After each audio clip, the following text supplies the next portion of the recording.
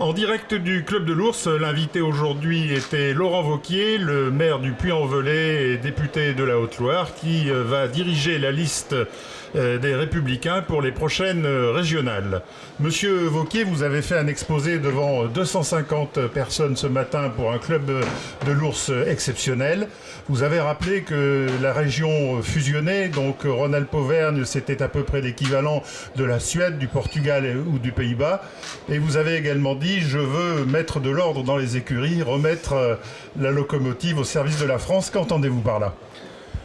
Aujourd'hui, on a une région, plus personne ne sait à quoi elle sert. Si vous interrogez dans la rue nos compatriotes de la région, plus personne ne sait à quoi sert la région. La seule chose qu'on a identifiée, c'est le palais de la région qui se sont construits au sud de Lyon, qui a coûté 140 millions d'euros aux contribuables. Moi, je veux que demain, on puisse se dire, voilà, la région, elle œuvre pour l'apprentissage de mes enfants. Quand j'ai eu besoin de me remettre pour retrouver un emploi, il y a eu une formation. Je suis artisan, entrepreneur, la région a été à mes côtés pour investir. Et je voudrais que ça s'incarne dans un certain nombre de pactes simples. Un pacte d'abord de préférence régionale sur nos marchés publics pour les entreprises de notre région. Ensuite, un pacte pour les produits de notre agriculture, pour qu'on remette les produits de notre agriculture dans les assiettes et dans les cantines de la région. Et puis un pacte pour nos jeunes, autour de l'apprentissage, en proposant des aides aux entreprises, mais en contrepartie, je veux qu'elles donnent leur chance à nos jeunes. On l'a bien compris, l'économie est pour vous une des priorités et vous pensez que la région est l'échelon pertinent à la fois pour être aux côtés des entreprises, pour les aider à l'export. On a eu une expérience entre guillemets malheureuse avec Erail et puis bien sûr l'apprentissage qui est un de vos chevaux de bataille. Aujourd'hui, la région, c'est des compétences essentielles, c'est beaucoup d'argent. Mais c'est mal géré, c'est gaspillé. Le président actuel a 50 collaborateurs autour de lui. Vous avez évoqué le scandale d'Erail, où les équipes mises en place par la région avaient 250 000 euros de frais de bouche et de restaurant par an. C'est inacceptable. Donc il faut qu'on remette de l'ordre dedans. La première chose que je veux, c'est ça. La deuxième, c'est donner un nouveau souffle, retrouver de l'ambition, qu'on rajeunisse un peu tout ça, qu'on renouvelle. On a des équipes qui ont été élues actuellement en 1978. En politique, c'est bien aussi qu'il y ait un peu de renouvellement et un peu de changement. Et puis la troisième chose, c'est que je veux le faire en rassemblant et en fédérant. Et on a été capable de mettre tout le monde ensemble. On a aujourd'hui un grand rassemblement de la droite et du centre, et y compris avec des gens qui viennent d'autres univers. Nous, on est très unis. De l'autre côté, tout le monde se tape dessus.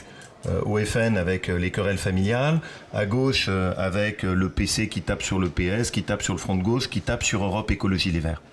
Ce que je veux, c'est que nous, on incarne à la fois ce dynamisme et en même temps cette volonté de rassembler tout le monde. Cette région, elle est fabuleuse, on a de l'or entre les mains, on peut en faire une région où on veille mieux sur l'emploi et le pouvoir d'achat parce que nous, on est plus dynamique que les autres parties de la France, mais il faut qu'on allume les boosters. Une grande région, c'est aussi de grandes infrastructures. Vous avez parlé de Lyon-Turin, du contournement est de Lyon. Vous avez évoqué aussi l'autoroute entre Saint-Étienne et Lyon. Et puis, bien sûr, la nécessité de refaire de l'aéroport Saint-Exupéry un outil performant. J'essaye de réfléchir aussi par rapport à ce qu'est la vie quotidienne de mes compatriotes. Chaque jour, il y a des dizaines de milliers d'habitants de notre région qui prennent la voiture. Est-ce qu'on a des bonnes infrastructures ou est-ce qu'on a des mauvaises infrastructures ? Vous avez plus de 100 000 personnes qui chaque jour vont au travail dans notre région en prenant le TER. On a les TER les moins ponctuels de France avec PACA, avec des systèmes que tout le monde connaît, absolument catastrophiques, notamment autour de Pardieu avec les embouteillages et parfois des taux de ponctualité qui sont aux alentours de 60% seulement. Donc ce que je souhaite, c'est à la fois des investissements sur des infrastructures qui vont nous aider à créer de l'emploi, et en même temps qui aide les habitants de notre région. Un exemple, l'aéroport. Quand les habitants de notre région, pour partir en vacances, sont obligés de partir à Paris, prendre le TGV, prendre de là un avion pour ensuite basculer sur une destination de vacances, ça leur coûte très cher. Quand on a un aéroport qui ne se développe pas suffisamment, on perd des gisements d'emploi qu'on pourrait faire. Donc c'est toutes ces réflexions que je voudrais, à la fois une région bien ancrée dans la vie quotidienne, on remet du dynamisme et du peps, et on réinvestit là où aujourd'hui les élus actuels ont gaspillé notre argent.